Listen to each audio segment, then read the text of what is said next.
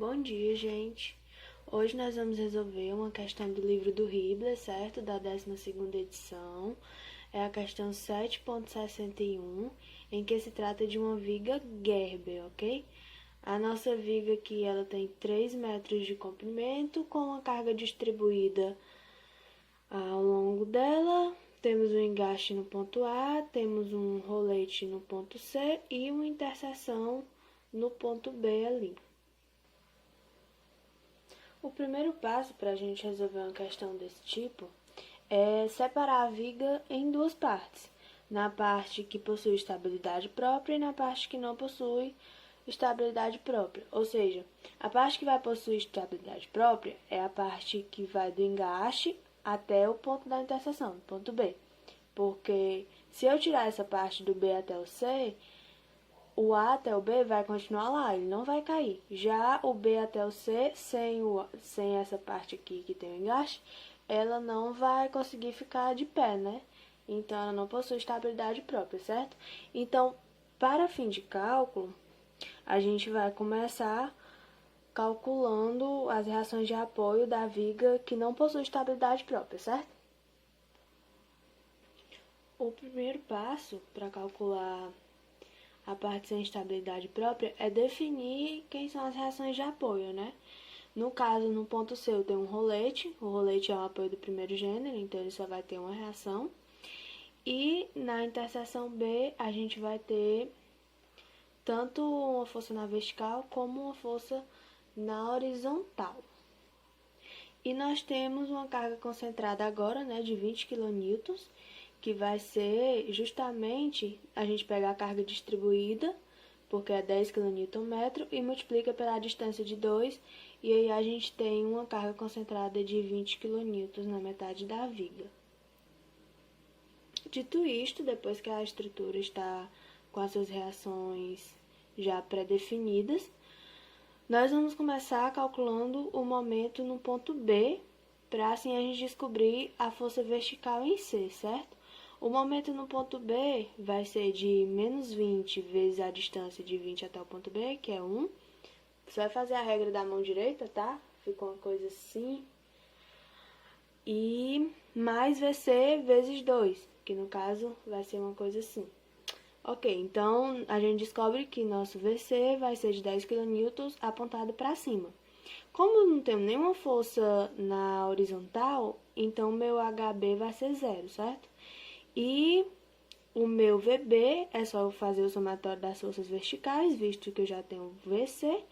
E aí eu tenho 10, que vai ser o meu VC, menos 20, que é essa força, mais o meu VB, que eu disse que era para cima. Então, meu VB dá positivo, realmente meu VB é para cima. Então, eu vou ter essas reações de apoio. Com isso, eu já posso partir para a segunda parte da viga. Quando eu vou passar para a segunda parte da viga, que é a parte com estabilidade própria, eu tenho que tomar só um cuidado quando eu for definir as minhas reações de apoio, certo? Nessa parte que a gente calculou, a gente descobriu que o VB é para cima e o HB é para a esquerda, certo? Quando eu for calcular do outro lado, eu defino que o meu VB é para baixo e o meu HB vai ser para a direita, porque isso daqui tem que estar em equilíbrio, então as reações elas têm que se cancelar. Então, quando eu for calcular na outra viga, eu coloco as forças ao contrário, certo? Dito isto, nós temos as nossas forças pré-definidas no ponto B, certo? Na verdade, a gente já sabe quem são elas. A gente tem o VB de 10 kN e o HB é 0. E no ponto A, como é o engaste é um apoio de terceiro gênero, então ele vai ter tanto força na vertical, na horizontal e vai ter um momento também, certo? A gente vai começar calculando as forças na vertical.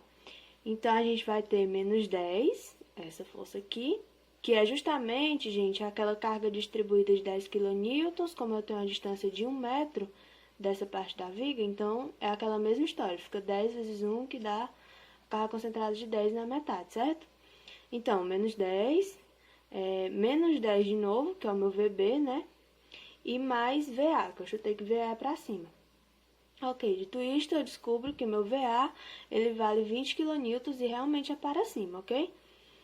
E agora a gente vai descobrir o momento em A, visto que não existe força na horizontal, então a gente não se preocupa com isso. O meu momento em A, eu tenho o momento em A, que é o que eu quero descobrir. Eu disse aqui que ele é anti-horário, que ele é positivo. E eu vou ter, ó, menos 10 vezes essa distância de 0,5. Você vai fazer a regra da mão direita, vai dar negativo. E menos 10 vezes 1, que é justamente essa força aqui, ó, VB vezes a distância de 1 metro, certo?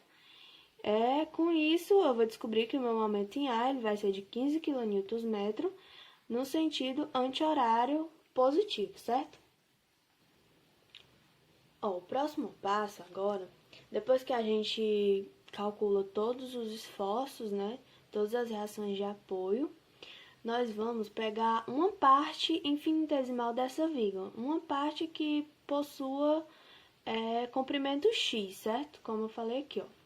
Eu vou pegar do ponto A até um certo x. Desse ponto A até um certo x, eu tenho uma carga de 10 distribuída do mesmo jeito. Então, a minha carga concentrada vai ser 10 vezes a distância que é x. Então, vai ser 10x, certo? Eu coloquei aqui já o nosso momento em A, a força de 20. E aqui no ponto x, eu vou ter o esforço cortante e vou ter o momento fletor. Eu não tenho nenhuma normal, porque, como a gente viu, nós não temos nenhuma força na horizontal. Então, vamos lá. Então, para descobrir a função que descreve o cortante, a gente vai calcular o somatório das forças verticais nessa parte da viga de comprimento x, certo?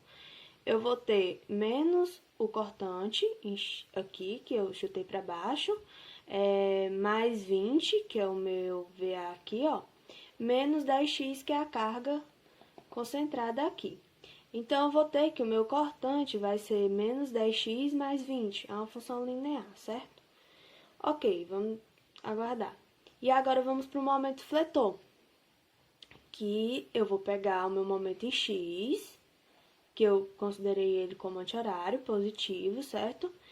Mais 10x vezes x sobre 2, que vai ser a minha carga de 10x, vezes a distância de x sobre 2, até o ponto aqui onde eu cortei a viga, certo? Positivo, porque é no sentido anti-horário quando você faz a regra da mão direita.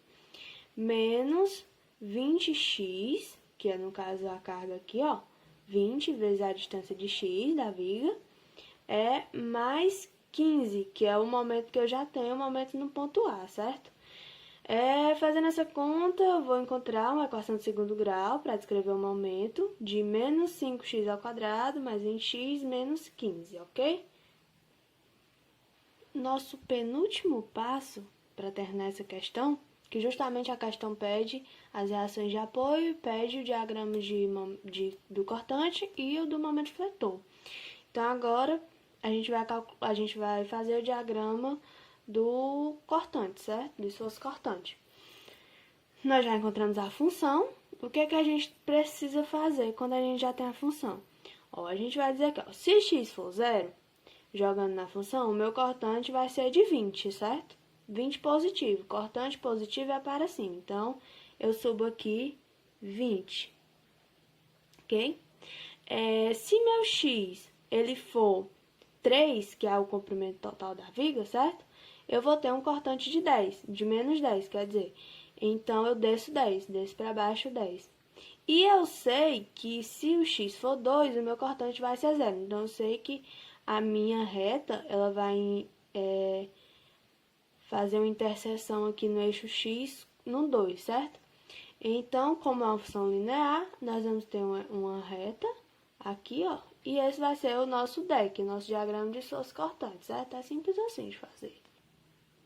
Ó, gente, por último, nós vamos fazer o nosso DMF, que é o diagrama de momento fletor, certo? É o mesmo esquema do diagrama do esforço cortante, só que a diferença é que a convenção que a gente adota aqui no Brasil, para o momento, é que tudo que é positivo é para baixo e tudo que é negativo é para cima, o inverso do cortante. Então, vamos lá. Se o nosso x for zero, a gente vai ter um momento de menos 15 kNm, certo? Então, como eu falei, tudo que é negativo é para cima. Então, eu subo 15 aqui, certo?